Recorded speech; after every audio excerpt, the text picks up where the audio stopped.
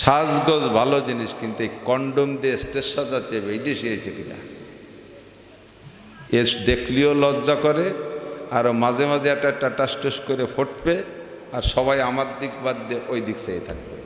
এই যে বোমা একটা বাস্ট হলো, আজকে যা আবার রয়ে গেছে, সামনে কেউ ওই আওয়াজ আবার স্টেজে টানাবেন না, ঠিক আছে?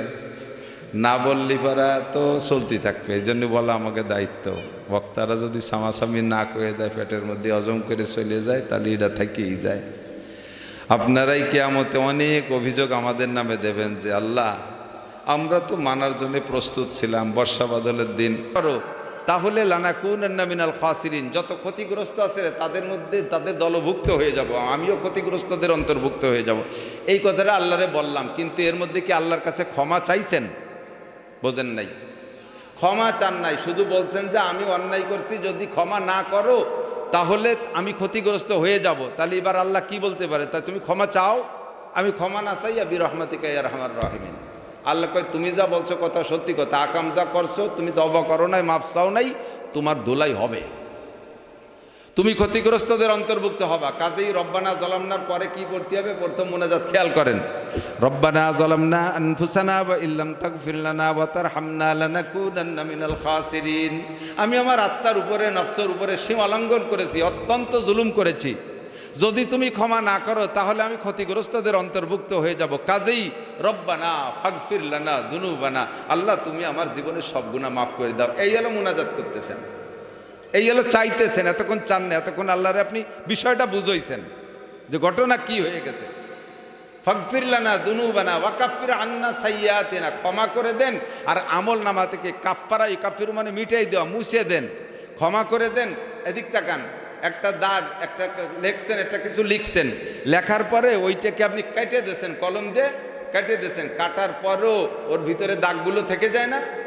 এই দাগগুলোকে ফিরে আবার কোনো কিছুতে মুছে দেওয়ার নাম হলো কাফফারা। ওয়া কাফির আন্না সাইয়্যাতিনা, আমল নামা থেকে যে গুনাহগুলো মাফ করে দিয়েছেন, ওই জায়গাতে দাগ রয়েছে, দাগটাও মুছে দেন, যেন আমার গুনায় দাগই, আমল নামায় দাগই থাকে না। ওয়া কাফির আন্না সাইয়্যাতিনা, তারপরে ওয়া তাওয়াফানা মাআল আবরার। আল্লাহ, নেককার মানুষের মরণ যেমন হবে, তোমার বন্ধুদের মরণ যেমন হবে, আল্লাহ ওয়ালাদের মরণ যেমন হবে, আমাকে এমন একটা মরণ নসিব করো। বলেন না আল্লাহুম্মা আমিন? এ জায়গায় আল্লাহুম্মা আমিন বলবেন না? এটাই হলো ইজমালি দোয়া। এরকম ইজমালি দোয়া যা সকলের জন্য চলে, এগুলো হুজুর বলে, কিন্তু আমরা তো বুঝি না, চুপ করে থাকি। যখন বাংলায় বলা শুরু করে তখন আল্লাহুম্মা আমিন বলি।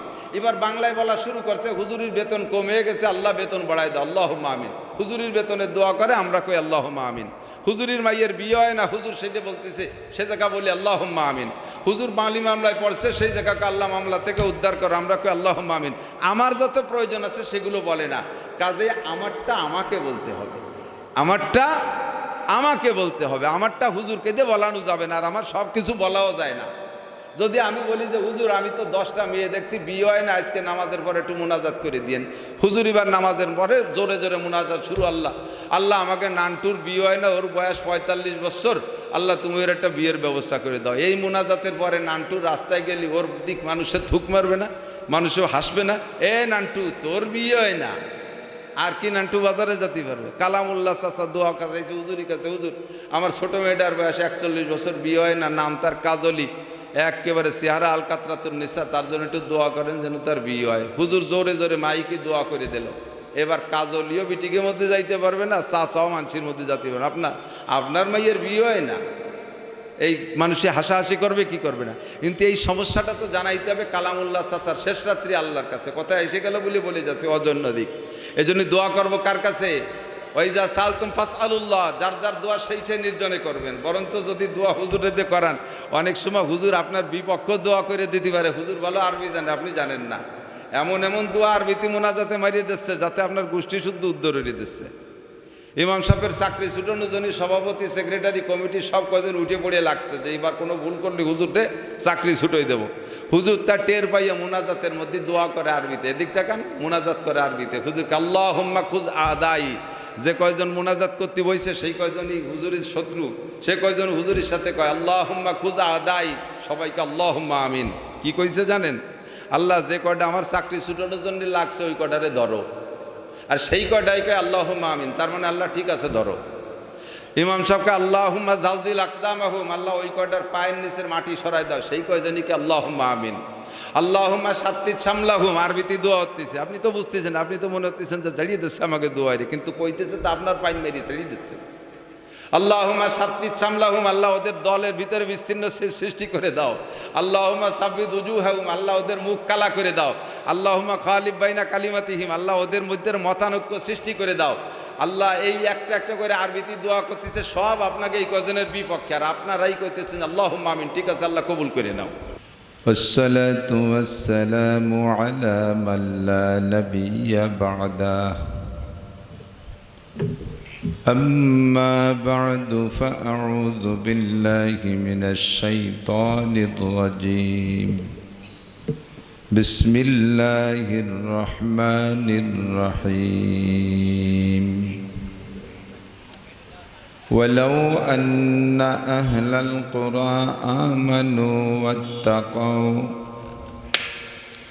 لفتحنا عليهم بركات من السماء والأرض ولكن كذبوا فأخذناهم بما كانوا يكسبون ثم قال الله تعالى ظهر الفساد في البر والبحر بما كسبت أيدي الناس وقال محمد رسول الله صلى الله عليه وسلم إذا كان أمراؤكم خياركم وأغنياؤكم سمحاءكم وأموركم شورى بينكم فظهر الأرض خير من بطنها وإذا كان أمراؤكم شراركم وأغنياؤكم بخلاءكم وأموركم إلى نسائكم فبطن الأرض خير من ظهرها ثم قال النبي صلى الله عليه وسلم إذا اتخذ الفيء دولا والأمانات مغنما والزكاة مغرما وتعلم لغير الدين وأطاع الرجل امرأته وعق أمه وأدنى صديقه وأقصى أباه وظهرت الأصوات في المساجد وساد القبيلة فاسقهم وكان زعيم القوم أرذلهم وأكرم الرجل مخافة شره وظهرت المعازف والقينات وشربت الخمور ولعن آخر هذه الأمة أولها فارتقبوا عند ذلك ريحا حمراء وزلزلة ومسخا وقذفا وآيات تتابع كنظام قطع سلكه فتتابع رواه الترمذي سبحانك لا علم لنا إلا ما علمتنا إنك أنت العليم الحكيم جزى الله عنا محمدا ما هو أهله سبحان الله وبحمده سبحان الله العظيم رب اشرح لي صدري ويسر لي أمري واحلل عقدة من لساني يفقه قولي رب زدني علما اللهم أرنا الحق حقا وارزقنا اتباعه وأرنا الباطل باطلا وارزقنا اجتنابه সকলে বলি আমিন। অন্তর থেকে মোহাব্বতের সাথে হজের মৌসুমে লক্ষ লক্ষ হাজিরা নবী পাক সাল্লাল্লাহু আলাইহি ওয়াসাল্লামের রওজা ধারে দাঁড়িয়ে সালাম করতেছে। সে মুহূর্তে আমরা সুদূর বাংলাদেশ থেকে জবান খুলে নবী পাকের শানে একটু দুরূদ পাঠাই, ফেরেশতারা হুজুরের কাছে পৌঁছে দেবে। সকলে নামাজের মধ্যে যে দুরূদ শরীফ পড়ি সেই দুরূদ শরীফ পড়ব। আল্লাহুম্মা সাল্লি আলা মুহাম্মাদিন ওয়া আলা আলি মুহাম্মাদ কামা সাল্লাইতা আলা ইব্রাহিম ওয়া আলা আলি ইব্রাহিম ইন্নাকা হামিদুম মাজিদ। اللهم بارك على محمد وعلى آل محمد كما باركت على إبراهيم وعلى آل إبراهيم إنك حميد مجيد। ঐতিহ্যবাহী জাড়িয়া রশিদিয়া হাফেজিয়া মাদ্রাসা ও লিল্লা বোর্ডিংয়ের উদ্যোগে লক্ষ্মীপুর ফকিরহাট বাগেরহাট খুলনা বাংলাদেশের পক্ষ থেকে আয়োজিত ৪৫তম বার্ষিক তাফসিরুল কোরআন মাহফিলের সম্মানিত সভাপতি, প্রধান অতিথি, দাওয়াতি উলামাই কেরাম, মাদ্রাসার সুযোগ্য সুদক্ষ মোহতামিম সাহেব হুজুর, যোগ্য আসাতেজায়ে কেরাম, আজিজাম তোলাবা, প্রাণপ্রিয় দেশবাসী, অত্যন্ত দামি মাসের দামি রাত, হজের মাসের জুমার রাত, দামি সময় আল্লাহ পাক রব্বুল আলামিন দুনিয়ার সব কামকাজ থেকে ফারেক করে আমাদেরকে কিছু হিদায়তি কথা বলা এবং শোনার জন্য উন্মুক্ত পরিবেশের সুযোগ করে দিয়েছেন, তৌফিক দিয়েছেন। রব্বুল আলামিনের দিয়া তৌফিককে ইহসান মনে করে সকলে শুকর আদায় করি আলহামদুলিল্লাহ। ইন্নাল্লাহ জামিল ইউহিব্বুল জামাল। আল্লাহ সুন্দর, আল্লাহ সুন্দর। ইউহিব্বুল জামাল, সকল সৌন্দর্যকে তিনি পছন্দ করেন। যদি সৌন্দর্যটা আল্লাহ আল্লাহর রসুলের মুআফিক হয়, অনুকূল হয়, পছন্দের হয়, তাহলেই পছন্দ করে। সৌন্দর্য যদি মানুষের রুচির মতো হয়, আল্লাহর রসুলের রুচির সাথে ইত্তেফাক আর একতা না হয়, তাহলে ওই সৌন্দর্য কোনো সৌন্দর্যই না। সাজগোজ ভালো জিনিস, কিন্তু এই কন্ডম দিয়ে স্টেজ সাজাতে এইটি শিখেছে কিনা, এ দেখলেও লজ্জা করে, আর মাঝে মাঝে একটা টাটাস করে ফুটবে, আর সবাই আমার দিক বাদ দিয়ে ওই দিক চেয়ে থাকবে। এই যে বোমা একটা বাস্ট হলো, আজকে যা আবার রয়ে গেছে, সামনে কেউ ওই আওয়াজ স্টেজে টানাবেন না, ঠিক আছে? না বললি পারা তো চলতি থাকবে। এই জন্য বলা আমাকে দায়িত্ব, বক্তারা যদি সামাসামি না করে দেয়, পেটের মধ্যে হজম করে চলে যায়, তাহলে এটা থেকেই যায়। আপনারাই কিয়ামতে অনেক অভিযোগ আমাদের নামে দেবেন যে আল্লাহ, আমরা তো মানার জন্য প্রস্তুত ছিলাম, বর্ষা বাদলের দিন, কথা কইেন না, যারা যেখানে বসার দরকার আমরা হিদায়তের আশায় ঘর বাড়ি ফেলে, আরামের বিছানা ফেলে রেখে চলে আসছিলাম। হুজুররা যা বলবে তাই শুনবো, মানবো, বুঝবো, আমল করব। কথা তো এই নাকি বলেন?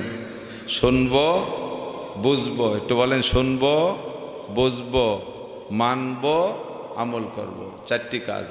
এক নম্বরে অন্তরে কান্দে শোনা, ফাস্তামিউ। তুমি বলেছো অন্তরে কান্দে শুনতে, রেডি হয়ে গেছিলাম, শুনবো। এরপরে বোঝার দায়িত্ব দিয়েছিলে, ইন্না সামআ ওয়াল বাসার আল ফুআদ কুল্লু উলাইকা কানা আনহু মাসউলা। উলামায়ে কেরামের কাছ থেকে শুনেছি, কিয়ামতের ময়দানে পুরো বডির 3টে অঙ্গ সম্পর্কে খাস প্রশ্ন হবে।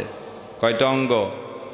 এক নম্বরে সামা, কান দিয়ে শোনা। 2 নম্বরে আল বাসার, চোখ দিয়ে দেখা। মানুষের জ্ঞান বিদ্যা বুদ্ধি অর্জন করার 3টি অঙ্গ, কানে শোনা, চোখে দেখা আর ব্রেন দিয়ে বোঝা। তো এই 3টে অঙ্গ যদি যথাস্থানে ঠিক থাকে তাহলে মানুষটাও ঠিক থাকে, নাকি বলেন? যদি এই 3টে অঙ্গের একটা মাইর খায়, দেখবেন সেই সাইডে মানুষের নামও পাল্টে যায়। যদি কেউ কানে না শোনে, তারে নাম ধরে ডাকে না, বয়রা কয়ে ডাকে, এ বয়রা, নামও পাল্টাই ফেলে। ঠিক কি ঠিক না? কান ঠিক আছে কিন্তু চোখে দেখে না, তারে কানা বা অন্ধ কয়ে ডাকে, মানুষও কয় না। ব্রেন যদি না থাকে, পাগল কয়ে ডাকে, মানুষ কয় না, তারে পাগলে দিকায়, কয় কি না? ঠিক না? আরে 3টা যদি না থাকে মানুষ মরে যায়, তখন মানুষও কয় না, কি কয়? লাশ কয়। কি কয়? লাশ কয়। তো তুমি আমাদের কান দিয়েছিলে শুনেছি, চোখ দিয়েছিলে দেখেছি, ব্রেন দিয়েছিলে বুঝেছি, বুঝার জন্য গিয়েছি। তো ওলামাই কেরাম আমাদের যা সমস্যা সমকালীন সেগুলো না বলে আগড় বাগড় এডা ওডা কয়ে চলে গেছে। এই অভিযোগটা, মামলাটা আপনারা আলেমদের বিপক্ষে দেবেন। কাজে কাজেই আমাদের দায়িত্ব সমকালীন সমস্যা কি কি আছে খুঁটে খুঁটে বলে দেব। যখন যেটা বাদে তখন সেটা বলে দেব। সেই থেকে প্রতিজ্ঞা থাকতে হবে, আমরা শুনবো, বুঝবো, মানবো, আমল করব। রেডি আছি তো ইনশাআল্লাহ? আল্লাহ তাআলা সকলকে তৌফিক দান করে, বলেন আমিন। মাসটা চলছে হজের। এ পাশে কথা বলে কারা? এই রাস্তা দিয়ে তোমরা যারা যাও, অবশ্যই তোমরা ভালো মায়ের সন্তান, কথা বলবা না। যদি কথা কও তাহলে বুঝবো তোমাদের মা খারাপ। সবাইয়ের মা ভালো। কেউ কি মার নামে দোষ নিতে চায়? কথা কন। কের মারে খারাপ কইনি, কথা কলি বুঝবো যে খারাপ। নিজের নামে বদনাম নাও কিন্তু মারে গালি শুনবা না। তো রাতটা দামি রাত, জুমার রাত। আজকে রাত্রে কালকে সন্ধ্যার আগ পর্যন্ত যদি মোমেন ইমানের সাথে মারা যায়, এই জুমার রাত আর দিনের ওসিলায় আল্লাহ তাআলা তাকে কিয়ামত পর্যন্ত কবর আযাব মাফ করে দিবেন। বড় দামি রাত না তাহলে? আর হজের থেকে শুরু হয়েছে, হজের বেশ কিছুদিন আগের থেকে, শাওয়াল মাসের শুরু থেকেই শুরু হয়েছে দোয়া কবুল হবার মাস। ইন্না ইদ্দাতা শুহুরে ইনদাল্লাহি 12 শাহরা, আল্লাহর কাছে 12 মাসে বছর, তার মধ্যে 3টে মাস। আশহুরুল হজ সালাসা, হজের মাস 3টা। হজের মাস 3টা। হাজিদের দোয়া আল্লাহর কাছে কবুল হয়, বলেন আলহামদুলিল্লাহ। হাজিদের দোয়া আল্লাহর কাছে কবুল হয়। তো হাজিরা দোয়া করা শুরু করছে শাওয়াল মাসের 1 তারিখের থেকে। 3 মাসের নাম হজের মাস, শাওয়াল, জিলকদ, জিলহজ, 2টা চলে গেছে। আর আইনে হজের মাসটা রানিং। আর হাজিরা হজ করে বাড়ি ফেরার পরে যার যার দেশে, যে এলাকার হাজিরা যার যার দেশে যাবে, 40 দিন পর্যন্ত যে কোনো বৈধ দোয়া ওই হাজি সাহেব যদি করে, হাজি সাহেবকে দিয়ে আপনি করাইতে পারেন, তা আল্লাহ তাআলা কবুল করবেন। বলবেন না সুবহানাল্লাহ? হাজিদের কত দাম। যদি আপনার হাজিদের পর হিংসা থাকে, তাহলে আপনি হজ করে আসেন, নিজে হাজি হয়ে আসেন। আর একজনের দোয়া কবুল হবে বলে মনে মনে রাগ হচ্ছেন, রাগ হইয়েন না, আপনি যান হজ করে আসেন, সমস্যা নেই, আপনিও মকবুল হয়ে যান। তো হাজিদের দোয়া কবুল হয়। এখন হাজিরা হজ করে বাড়ি ফিরতেছে, ফ্লাইট শুরু হয়ে গেছে, ব্যাক ফ্লাইট। তো সারা দুনিয়ায় সব জায়গায় হাজিরা যার যার ঘরে যাইতেছে। গোটা দুনিয়া জুড়ে এখন দোয়া কবুল হবার একটা উপযুক্ত মৌসুম। আমরা সে সময় বসছি। সেদিন এক হাজি সাহেব, আর কি বলে, বাংলাদেশি একজন হাজিদের কাছে দোয়া চাইছে, হুজুর আরাফাতের ময়দানে দোয়া কবুল হয়, মিনায় দোয়া কবুল হয়, মুজদালেফায় দোয়া কবুল হয়, শয়তানরে পাথর মারার সময় দোয়া কবুল হয়, তওয়াফের সময় কাবাঘরের পাশ দিয়ে লব্বাইক বলে তওয়াফ করবেন, দোয়া কবুল হয়, সাই সফা মারওয়া, সফার মারওয়ায় যখন দৌড়ান সে সময় দোয়া কবুল হয়, বাংলাদেশের জন্য দোয়া করেন। হুজুর দোয়া চাইছে। সাথে আমি কমেন্টসে লিখে দিছি, বিশেষ করে কওমি মাদ্রাসার জন্য দোয়া করবেন যেন চামড়ার দাম বেশি পায়। সারা দেশে হুজুররা চামড়া গোছাইছে। ডক্টর ইউনুস সাহেব 1100 টাকা পিস কয়ে দিয়েছে, কিন্তু সে চামড়া ব্যাপারীরা 500 টাকার বেশি দেবে না। কয় ডক্টর কইলেই কি চামড়ার দাম বাড়িয়ে যায় নাকি? সরকার বলে দিয়েছে দানের মন 1400 টাকা, বাজারে বিক্রি হয় 1100 টাকা, কইলেই হয় নাকি? কাজেই আমরা 500 টাকার বেশি দিতে পারবো না। তো দোয়া কবুল হবার মৌসুম, দোয়া করে যেন সারা দেশে সব কিছু মানুষের অনুকূলে আসে। একটু বলেন আমিন। হাজিদের দোয়া আমাদের জন্য, আমাদের দোয়া হাজিদের জন্য আল্লাহ তাআলা কবুল করে। জুমার রাত, মৌসুমটা বৃষ্টি বাদলের সময়, আর মাত্র 2-1 দিনের মধ্যে আষাঢ় মাস আসবে, তাই না? জ্যৈষ্ঠ মাসের শেষের দিকে চলতেছে।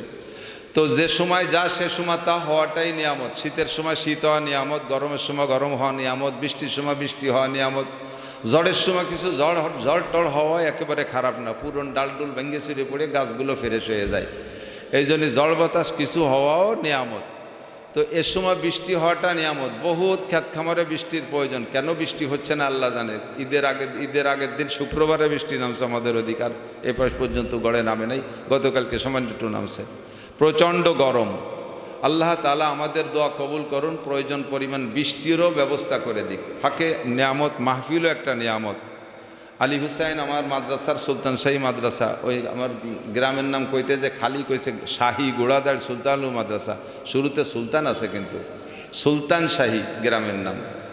সুলতান মাহমুদ গজনবী রহমতুল্লাহ আলাইকে যখন এদের শাসন করতেন তখন আমার গ্রামে এসে এক সপ্তাহ ছিল, ওখানে বসে ওই এলাকা শাসন করে তারপরে চলে গেছে। এই জন্য ওনার নামের সাথে নাম মিলে আমার গ্রামের নাম সুলতান শাহী। শাহী মানে বাদশাহ, সুলতান মানে সুলতান মাহমুদ।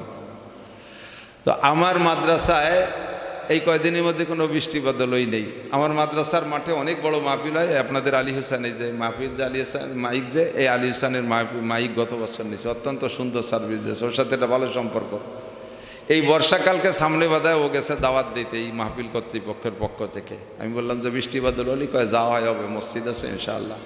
তো আল্লাহ তাআলা আপনাদের ভালোবেসে মাদ্রাসাকে কবুল করেছেন, প্রমাণ বৃষ্টি বাদলের দিনে একটা দিন সুযোগ দিয়েছেন, বলেন আলহামদুলিল্লাহ। আল্লাহ পাক রব্বুল আলমিনের দরবারে সর্বক্ষণ দোয়া করি, ওয়াইজা সালতুম ফাসআলুল্লাহ। কিছু চাইতে হলে ডক্টর ইউনূসের কাছে, শেখ হাসিনার কাছে, খালেদা জিয়ার কাছে, বিএনপির নেতাদের কাছে, আওয়ামী লীগের নেতাদের কাছে চাইবেন নাকি আল্লাহর কাছে? বসে আবার কথা কয় কারা রে, কথা কইস না। একজন ভলেন্টিয়ার যে ছোট বাচ্চাদেরকে সরাই দেন, ওরা বোঝে না। ওয়াইজা সালতুম ফাসআলুল্লাহ, কিছু চাইতে হলে একটু বলেন কার কাছে চাইবেন? মানুষের কাছে, কোনো মখলুকের কাছে চাওয়া শিরিক। হুজুর দোয়া শিখাই দিয়েছে, আল্লাহ পাকও কোরআনে কারিমে শিখাই দিয়েছে, উদউ রাব্বাকুম তাদাররুআ ওয়া খুফিয়া। ডাকো তোমার রবকে, চাও তোমার রবের কাছে কেঁদে কেঁদে গোপনে। যার যে প্রয়োজন আছে সেটা গোপনে চাইবেন। নিজের দোয়া মোনাজাত যার যারটা সেই সে গোপনে করবেন। আল্লাহকে ডাকতে হলে গোপনে, জিকির করতে হলে আস্তে আস্তে জিকির করবেন, মালিকের সাথে কানে কানে কথা বলবেন। আমরা দোয়ারে আর এক ভাষায় বলি মোনাজাত না, দোয়া বা মোনাজাত বলি। তো মোনাজাত করেন না আপনারা? হুজুর একটু মোনাজাত করেন। মোনাজাতের আরবি শব্দের তর্জমা হলো না যায় উনাজি। মোনাজাত মানে কানে কানে কথা কওয়া, গোপনে কথা বলা, এর নাম হলো মোনাজাত। তো মজলিসের ভিতরে জোরে জোরে বিভিন্ন কথা বলতেছে, কিন্তু একটা গোপন কথা এক মাতুব্বারের সাথে একটু আলাদা হয়ে কইতে হবে। সে সময় কি কয়? কানে কানে কয় না, মানে কানের সাথে মুখ মিশিয়ে বলার নাম হলো কানে কানে কথা বলা। তো এইটা কি জোরে মাইকি কয়, চিল্লাই চিল্লাই কয় না ফিস ফিস করে আস্তে আস্তে কয়? ফিস ফিস করে আস্তে আস্তে বলে না। তো দোয়ার নামই হলো মোনাজাত। এটা বলতে হবে ফিস ফিস করে আস্তে আস্তে। যার যে প্রয়োজন আছে সে সেটা নিজেরটা আল্লাহর কাছে বলবেন। আপনার কি প্রয়োজন আছে এটা তো আমি জানি না, আর আমার কি প্রয়োজন তাও আপনি জানেন না। কথা বলেন ঠিক না? মসজিদের ইমাম সাহেবের দায়িত্ব দিয়েছেন, ইমাম সাহেবের নিজের জিন্দেগিতে যত সমস্যা আছে মোনাজাতের মধ্যে সেইগুলো কয়, আর মুসল্লিরা কয় আল্লাহুম্মা আমিন। তার মানে হুজুরের সমস্যাগুলো সমাধান করে দাও, আমাকে এগুলো থাক। হুজুর তো হুজুরির যেটা চাহিদা আছে সেইটা বলবে, হুজুরি জানা। হয়তো এজমালিভাবে বলে আল্লাহ আমাকে সবার গুনাহ মাফ করে দাও, আর আমার মহল্লার যত মানুষ মারা গেছে, যত মুসলমান মারা গেছে তাতে কবর আযাব মাফ করে দাও। এরপরে শুরু করে নিজের সমস্যা। তা আপনারগুলো খুব একটা হুজুর জানেও না, বলে না। আপনারটা আপনি শেষ রাত্রে উঠবেন, তাহাজ্জুদের নামাজ পড়বেন, 5 ওয়াক্ত নামাজের পরে হুজুর মুনাজাত করুক আর না করুক সেটা বাদ, আপনারটা আপনি একা একা বলবেন। হুজুর মুনাজাতের ভিতরে সংক্ষেপ করে ফেলেছে, এদিক খেয়াল করেন, এদিক ওদিক বাদ দেন। হুজুর মুনাজাতের ভিতরে সংক্ষেপ করছে গরমের ঠেলে, আল্লাহুম্মা আনতা সালাম আমিনকা সালাম তাবারাকতা ইয়া যাল জালালি ওয়াল ইকরাম বিরহমাতিকা ইয়া আরহামার রাহিম। কিছু চাওয়াই নেই এর ভিতরে। এটা হলো নামাজের পরে একটা দোয়া। এটা হাত উঠইলেও এই দোয়া, না উঠইলে এই দোয়া। মোনাজাত মানে আল্লাহর কাছে কিছু চাওয়া। তা আল্লাহুম্মা আনতা সালাম আমিনকা সালাম তাবারাকতা ইয়া যাল জালালি ওয়াল ইকরাম। আল্লাহ তুমি শান্তি, আল্লাহুম্মা আনতা সালাম আমিনকা সালাম, যত শান্তি তোমার পক্ষ থেকে আসে। এই কথাগুলো আল্লাহকে ওয়াজ করতেছি, আল্লাহরে বুঝাই দিচ্ছি। কিন্তু আল্লাহর কাছে কিছু চাইতে হবে না। মুনাজাতের ভিতরে যখন পড়েন রব্বানা যালামনা আনফুসানা ওয়া ইল্লাম তাগফির লানা ওয়া তারহামনা লানাকুনান্না মিনাল খাসিরিন, এই কথাটা হলো আল্লাহরে আপনি ওয়াজ করতেছেন, বুঝাচ্ছেন। কি বলতেছেন জানেন? রব্বানা যালামনা পড়েন না আপনারা? এদিকে খেয়াল করেন, রব্বানা যালামনা, শুধু রব্বানা যালামনার যে মুনাজাত, এই মুনাজাতের দ্বারা আমার কোনো কিছু চাওয়া হয়নি আল্লাহর কাছে। জাস্ট বলা হয়েছে কি, আল্লাহ আমি আমার নফসের উপরে, আত্মার উপরে জুলুম করেছি, অত্যাচার করেছি। রব্বানা যালামনা আনফুসানা ওয়া ইল্লাম তাগফির লানা, যদি তুমি ক্ষমা না করো, কথা বুঝবেন, যদি তুমি ক্ষমা না করো তাহলে লানাকুনান্না মিনাল খাসিরিন, যত ক্ষতিগ্রস্ত আছে তাদের মধ্যে তাদের দলভুক্ত হয়ে যাব, আমিও ক্ষতিগ্রস্তদের অন্তর্ভুক্ত হয়ে যাব। এই কথাটা আল্লাহরে বললাম, কিন্তু এর মধ্যে কি আল্লাহর কাছে ক্ষমা চাইছেন? বোঝেন নাই।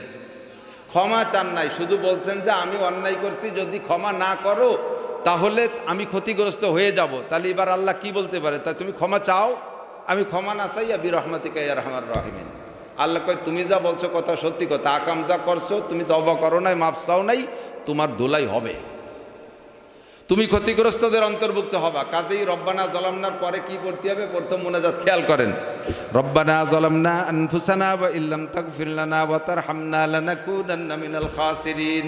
আমি আমার আত্মার উপরে, নফসের উপরে সীমা লঙ্ঘন করেছি, অত্যন্ত জুলুম করেছি, যদি তুমি ক্ষমা না করো তাহলে আমি ক্ষতিগ্রস্তদের অন্তর্ভুক্ত হয়ে যাব। কাজেই রব্বানা ফাগফির লানা দুনুবানা, আল্লাহ তুমি আমার জীবনের সব গুনাহ মাফ করে দাও। এই হলো মুনাজাত করতেছেন, এই হলো চাইতেছেন। এতক্ষণ চান না, এতক্ষণ আল্লাহরে আপনি বিষয়টা বুঝাইছেন যে ঘটনা কি হয়ে গেছে। ফাগফির লানা দুনুবানা ওয়া কাফির আন্না সাইয়্যাতিনা, ক্ষমা করে দেন আর আমল নামা থেকে কাফফারা, কাফির মানে মিটাই দেওয়া, মুছে দেন, ক্ষমা করে দেন। এদিক তাকান, একটা দাগ, একটা লিখছেন, একটা কিছু লিখছেন, লেখার পরে ওইটাকে আপনি কেটে দিয়েছেন, কলম দিয়ে কেটে দিয়েছেন, কাটার পরও ওর ভিতরে দাগগুলো থেকে যায় না? এই দাগগুলোকে ফিরে আবার কোনো কিছুতে মুছে দেওয়ার নাম হলো কাফফারা। ওয়া কাফির আন্না সাইয়্যাতিনা, আমল নামা থেকে যে গুনাহগুলো মাফ করে দিয়েছেন ওই জায়গাতে দাগ রয়েছে, দাগটাও মুছে দেন, যেন আমার গুনায় দাগই, আমল নামায় দাগই থাকে না। ওয়া কাফির আন্না সাইয়্যাতিনা, তারপরে ওয়া তাওয়াফানা মাআল আবরার।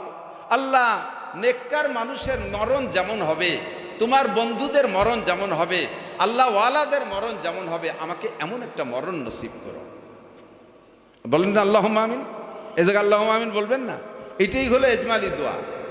এরকম ইজমালি দোয়া যা সকলের জন্য চলে, এগুলো হুজুর বলে, কিন্তু আমরা তো বুঝি না, চুপ করে থাকি। যখন বাংলায় বলা শুরু করে তখন আল্লাহুম্মা আমিন বলি। এবার বাংলায় বলা শুরু করছে, হুজুরির বেতন কমে গেছে, আল্লাহ বেতন বাড়ায় দাও, আল্লাহুম্মা আমিন। হুজুরির বেতনের দোয়া করে, আমরা কই আল্লাহুম্মা আমিন। হুজুরির মাইয়ের বিয়ে হয় না, হুজুর সেটা বলতেছে, সে জায়গা বলি আল্লাহুম্মা আমিন। হুজুর মালি মামলায় পড়ছে, সেই জায়গাকে আল্লাহ মামলা থেকে উদ্ধার করো, আমরা কই আল্লাহুম্মা আমিন।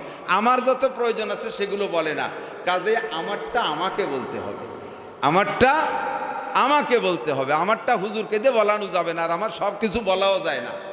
যদি আমি বলি যে হুজুর আমি তো 10টা মেয়ে দেখছি, বিয়ে হয় না, আজকে নামাজের পরে একটু মুনাজাত করে দিয়েন, হুজুর এবার নামাজের পরে জোরে জোরে মুনাজাত শুরু, আল্লাহ আল্লাহ আমাকে নানটুর বিয়ে হয় না, ওর বয়স 45 বছর, আল্লাহ তুমি ওর একটা বিয়ের ব্যবস্থা করে দাও। এই মুনাজাতের পরে নানটুর রাস্তায় গেলি ওর দিক মানুষের থুক মারবে না, মানুষও হাসবে না, এ নানটু তোর বিয়ে হয় না, আর কি নান্টু বাজারে যেতে পারবে? কালামুল্লাহ চাচা দোয়া কাছে হুজুরের কাছে, হুজুর আমার ছোট মেয়েটার বয়স 41 বছর, বিয়ে হয় না, নাম তার কাজলি, একেবারে চেহারা আল কাতরাতুন নিসা, তার জন্য একটু দোয়া করেন যেন তার বিয়ে হয়। হুজুর জোরে জোরে মাইকে দোয়া করে দিল।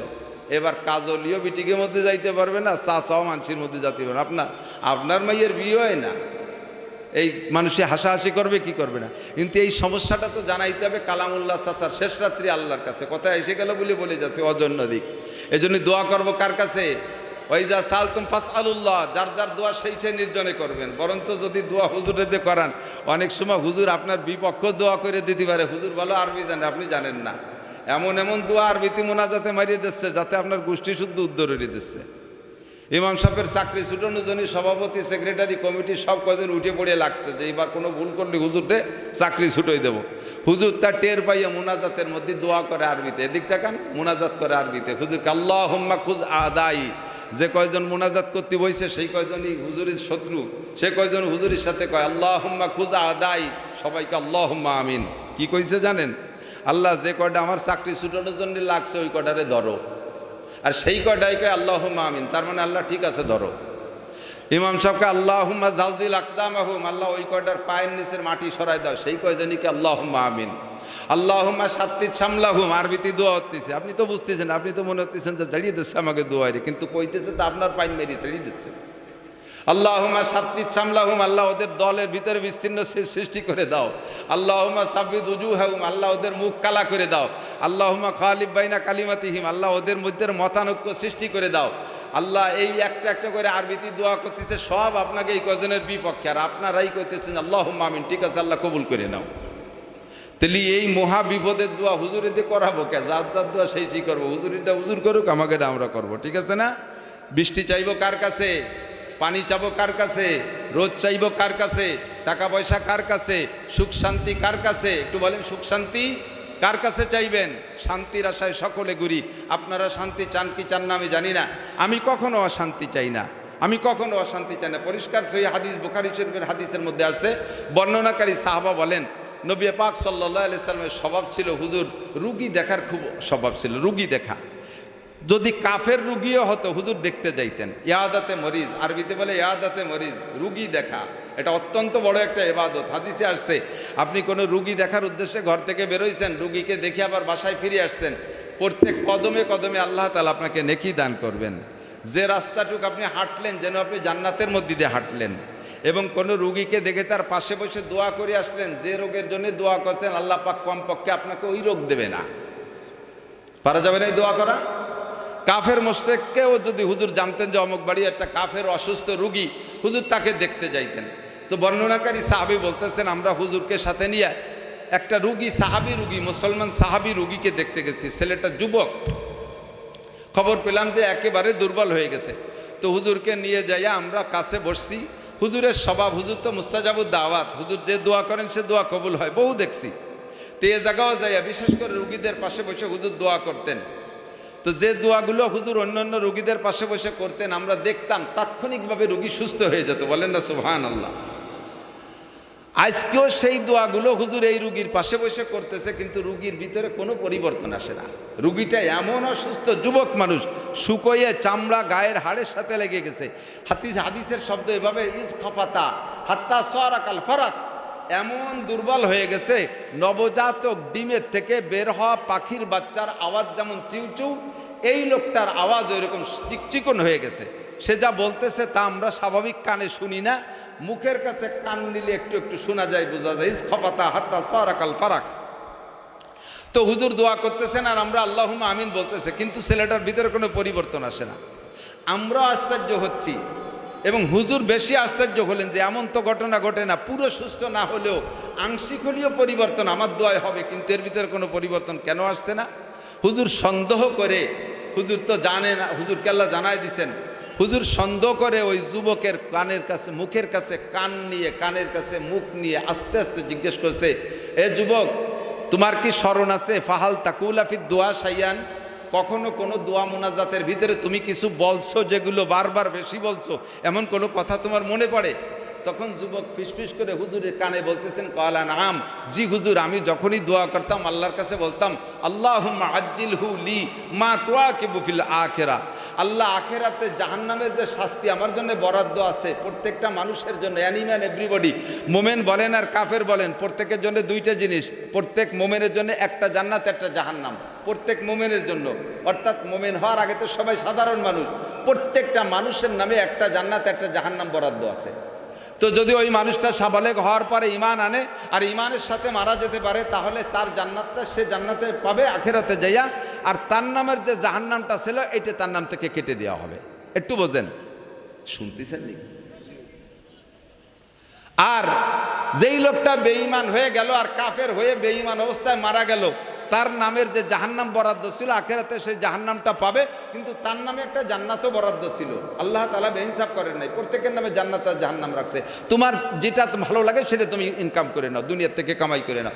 তো ওই লোকটার নামে যে জাহান্নাম বরাদ্দ ছিল বেঈমান হওয়ার কারণে আখিরাতে জাহান্নাম পেয়ে যাবে, আর জান্নাত যেটা বরাদ্দ ছিল এটা তার নাম থেকে কেটে যাবে। এখন একটা কথা, তো যেই লোকটা মোমেন ছিল তার নামে তো একটা জাহান্নামও বরাদ্দ ছিল, ওইটা যাবে কোথায়? আর যেই লোকটা কাফের হয়ে মারা গেল তার নামে একটা জান্নাত বরাদ্দ ছিল, এইটা যাবে কোথায়? তো এইটা ভাগ হয়ে যাবে।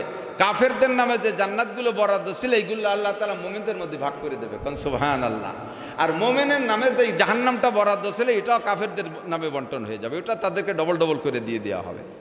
এখন বিষয় হলো, তা আমার নামে যে জাহান্নাম বরাদ্দ আছে, আল্লাহ জাহান্নামের সেই শাস্তিটা তুমি আমারে আখিরাতে না দিয়ে দুনিয়ায় দিয়ে না। ওই সাহাবা দোয়া করছে, দুনিয়ায় তুমি থাকতে আখিরাতের সেই জাহান্নামের শাস্তি আমারে দুনিয়ায় দাও। আরে ভাই, জাহান্নামের শাস্তি সম্পর্কে কি আপনার অভিজ্ঞতা আছে? আল্লাহু আকবার।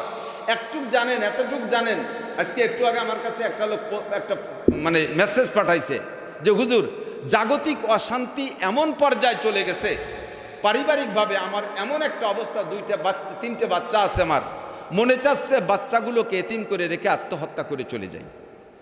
এই মাত্রই লেখছে। আমি তারে জবাব দিয়ে আসলাম যে আমি স্টেজে যাচ্ছি, প্রথম ফোন করার সময় নাই তোমার বুঝানোর। এতটুক মনে রাখো, সারা দুনিয়ায় 800 কোটি মানুষের জন্য জাগতিকভাবে যত অশান্তি আসা সম্ভব, খেয়াল করেন, জাগতিকভাবে 800 কোটি মানুষের জন্য একবারে যত অশান্তি আসা সম্ভব জাগতিকভাবে, সমস্ত অশান্তিকে একত্রিত করলে জাহান্নামের একজন মানুষের 1 মিনিটের অশান্তি সমপরিমাণ হবে না। তুমি দুনিয়ায় যদি মহিলা হও, স্বামীর পক্ষ থেকে নির্যাতন, যদি মহিলা হও শ্বশুরের পক্ষ থেকে নির্যাতন, যদি মহিলা হও শাশুড়ির পক্ষ থেকে নির্যাতন, দেওর ননদের পক্ষ থেকে নির্যাতন, যদি পুরুষ হও তাহলে এই জাতীয় জাগতিক কিছু কিছু সমস্যা আছে। স্ত্রীর পক্ষ থেকে অশান্তি, মা বাবার পক্ষ থেকে অশান্তি, ভাই বোনের পক্ষ থেকে নির্যাতন, সামাজিকভাবে অশান্তি, রাজনৈতিকভাবে অশান্তি, অর্থনৈতিকভাবে দণ্ডি, যেখানে হাত দেন সেখানে ঠকে যান, যাতে যান সেখানে আপনি হেরে যান, আপনি খালি রোগ ব্যাধি বিভিন্ন প্রকারের রোগে আক্রান্ত, অশান্তির আর শেষ নাই, আপনি যাতে হাত দেন তাতে হেরে যান। এক পর্যায়ে আপনি মনে করছেন যে এর চাইতে মরা ভালো। আপনি এই সিদ্ধান্ত নিয়ে দুনিয়ার কষ্টকে কষ্ট সহ্য করতে না পারিয়া আপনি আত্মহত্যা করছেন। আপনার জিন্দেগির সব আমল বাতিল, হজ করেছিলেন তা বাতিল, জাকাত দিয়েছিলেন তা বাতিল, জিহাদ করেছিলেন তা বাতিল, আপনি ইসলামের জন্য কোটি কোটি টাকা দান করেছিলেন তা বাতিল, 10টা মসজিদ বানা দিয়েছেন তাও বাতিল, 1000 খতম কোরআন শরীফ তিলাওয়াত করেছেন তাও বাতিল, জীবন ভরে জিকির ফিকির করছেন তাও বাতিল, আপনি যত ইবাদত বন্দেগি করছেন সব বাতিল। যদি আপনি মোমেন হয়ে থাকেন, কলেমা পড়ছেন, ওই আত্মহত্যার সময় আপনি কলেমা পড়ছেন, এই কলেমার বদৌলতে আপনি অবশেষে একদিন জান্নাতে যাবেন। কিন্তু তার আগে কোটি কোটি কোটি কোটি অসংখ্য কোটি বছর জাহান্নামের যে শাস্তি আপনি উপভোগ করবেন, এইটি আপনি সহ্য করতে পারবেন না। কেন আপনি বদদোয়া, কেন আপনি নিজের জন্য বদদোয়া করেন? কেন বলেন? জাহান্নামের আগুন মাবুদ সইতে পারব না, দুনিয়াতে নৌকা দাইয়া আখেরে কাদাইও না। কি মানে? জাহান্নামের ওই শাস্তিটা আমারে দুনিয়ায় দাও, আখেরে দিও না, এই না তর্জমা? আপনাকে জাহান্নামের শাস্তি দুনিয়ায় চুল পরিমাণ, জাররা পরিমাণ দিলে আপনি সহ্য করতে পারবেন না, ঈমান ঠিক রাখতে পারবেন না। ওই সাহাবা বলে, হুজুর আমি যতবার মুনাজাত করেছি অতবার বলেছি আল্লাহুম্মা আজ্জিলহু লি মা তুআকিবু ফিল আখিরাহ, আখিরাতে যে শাস্তি তুমি আমাকে দিবা আমার নামে বরাদ্দ ছিল ওইটা তুমি দুনিয়ায় দাও, আখিরাতে আমাকে কান্দাইও না। আমি এই দোয়া করতাম। নবী পাক শুনে আশ্চর্য হয়ে গেছে, হুজুর বলিয়ে ফেলেছে সুবহানাল্লাহ, আর সাথে সাথে বললে লা তুতিকুহু, আরে সর্বনাশ করেছে, কাজ যা করেছ কি, জাহান্নামের যে শাস্তি এইটা তোমাকে যদি দুনিয়া আল্লাহ অ্যাডভান্স করে দেয় তাহলে তুমি সহ্য করতে পারবা না। ফাহাল্লা তাকুলা, ফাহাল্লা তাকুলা, বুখারী শরীফের হাদিসের শব্দ ফাহাল্লা তাকুলা, তুমি বলতে পারো নাই? তুমি কি জানো না? তুমি এ দোয়া কি বলতে পারো না? আল্লাহুম্মা আতিনা ফিদ দুনিয়া হাসানা ওয়া ফিল আখিরাতি হাসানা, বলেন আল্লাহুম্মা ফিদ দুনিয়া হাসানা ওয়া ফিল আখিরাতি হাসানা ওয়া কিনা আযাবান নার, আতিনা ফি দারি দুনিয়া না হাসান, আতিনা ফি দারে উকবানা হাসান। আমি দুনিয়াও কানতে চাই না, আখিরাতেও কানতে চাই না। কথা কন না কেন? আমি দুনিয়াও অশান্তি চান? কেউ চান অশান্তি? আমি দুনিয়াও শান্তি চাই না, আখিরাতেও শান্তি চাই না। দুনিয়া আমি কানতে চাই না, আখিরাতেও আমি কানতে চাই না। দুনিয়া আমি শান্তি চাই, আখিরাতেও আমি শান্তি চাই। সাহাবায়ে কিরামদের এটা শাকল বিয়াসকা কি আস্তাগফিরুল্লাহ হার গুলেরা রঙ্গ বিয়ে দেগারাজ। প্রত্যেকটা ব্যক্তি বা ব্যক্তির মন মানসিকতা, রং চেহারা আলাদা। প্রত্যেক ফুলের যেমন রং আর ঘ্রাণ আলাদা, প্রত্যেকটা মানুষের ভিতরে এরকম বেশ কম আছে না নাই? সাহাবায়ে কিরামদের ভিতরে এক একজনের এক এক গুণে বড় হয়েছে। আরহামু উম্মতি বি উম্মতি আবু বকর, সর্বশ্রেষ্ঠ সাহাবার নাম কি? আবু বকর। একটু বলেন না কি আপনারা জানেন না? একটু বললেও নেকি আছে। সর্বশ্রেষ্ঠ সাহাবার নাম কি বলেন? রাদিয়াল্লাহু আনহু। আবু বকর আরহামু উম্মতি, সব গুণ আছে কিন্তু সবচাইতে বেশি বড় গুণ হলো উম্মতের উপরে বড় রহম দিল, বড় মায়াবী মানুষ হযরত আবু বকর। আবু বকরের কাছে গেলে খালি ক্ষমাই উনি করেন, বেশি দয়াবান মানুষ। এরপরে আবার ওয়াসাদ্দুহুম ফি আমরিল্লাহি উমর, আর হযরত ওমরের গুণ আবার উনি বড় কঠিন। হযরত ওমর সবচেয়ে কঠিন, কোন চুল পরিমাণ শরীয়তের অন্য সাহাবা ছেড়ে দেন তা না, হযরত ওমর মোটে বরদাস্তি করতে পারে না, সাথে সাথে অ্যাকশনে চলে যায়। আসাদ্দুহুম ফি আমরিল্লাহি উমর ওয়া আসদাকুহুম হায়াআন উসমান। এক একজনকে নবী এক এক গুণে বড় বলছে। আর সবচাইতে লজ্জাশীল আমার উসমান, সবচেয়ে লজ্জাশীল কে? তাই বলে হজরত ওমর কি বেহায়া? কথা কন না। আবু বকর বেহায়া? আমাকে গ্রাম্য বাংলায় কি কয়? বেহাইয়ে। বেহাইয়ে কয় না, আসলে বেহায়া। তা আবু বকর কি বেহায়া? ওমর কি বেহায়া? কিন্তু হযরত উসমানের হায়ার কথা হুজুর সবচেয়ে বেশি বলছেন। এর সর্বশ্রেষ্ঠ লজ্জাশীল আমার উসমান। ওয়া আকদাহুম আলী, আর আমার আলী হলেন সবচাইতে বড় ন্যায় বিচারক। তার মানে ওমর বেইনসাফ, ওমর অন্যায়কারী, আবু বকর অন্যায়কারী, উসমান অন্যায়কারী। বিচার বিশ্লেষণের দিক দিয়ে হযরত আলীকে আল্লাহ তাআলা আলাদা জ্ঞান দান করেছেন। বলতে গেলে সময় লেগে যাবে। এক একজনকে এক এক গুণ দেশে। হযরত আবু বকর খাস্তা হালে থাকতেন, কোনো দুনিয়ার কোনো ধান্দাই ছিল না। কিচ্ছা শুনেছেন, বহুকে ঘটনা শুনেছেন হযরত আবু বকরের জিন্দেগির। তবুকের যুদ্ধের সময় হুজুর কালেকশন করতেছেন, খেয়াল করেন। তবুকের যুদ্ধে বড় একটা কালেকশন। আরে ভাই আমার দিক, তবুকের যুদ্ধের জন্য হুজুর কালেকশন করতেছেন। তো হুজুর বললেন তবুকের যুদ্ধ বড় একটা যুদ্ধ, এই যুদ্ধে অনেক খরচ হবে, কে কি দিবা বলো। তো হযরত উসমান চিন্তা করলেন কোনো জায়গায় যাইয়া আবু বকর আর ওমরের সাথে পারি না। আবু বকর ফার্স্ট হয়ে যায়, ওমর সেকেন্ড হয়ে যায়, কোনো জায়গায় পারি না। আজকে একটা খেলা হবে, যেহেতু এখানে টাকা পয়সার ব্যাপার, আর ওই দুজনের কি আছে তা তো আমি জানি, আর ওসমানের কি আছে তা আমরাও জানি। হযরত উসমান রাদিয়াল্লাহু আনহুর বিশ্বের বিভিন্ন প্রান্তে ব্যবসা ছিল। একটা ব্যবসার কথা ছোট্ট করে বলি। শাম মানে সিরিয়া, সিরিয়ার থেকে ব্যবসার উট, মালবাহী উট রওনা দিছে। প্রত্যেক উটের পিঠে পরিমাণ মতো মাল। তে একটা উটের লেজ আর একটা উটের মুখ এভাবে মিশে মিশে হেঁটে আসতেছে। সামনের উটটা মদিনায় পৌঁছে গেছে 3000 কিলোমিটার দূর। শামের থেকে পিছনের উটটা শাম ত্যাগ করতে পারে নাই। এইরকম বহরের বিভিন্ন দিকে হযরত উসমানের ব্যবসা।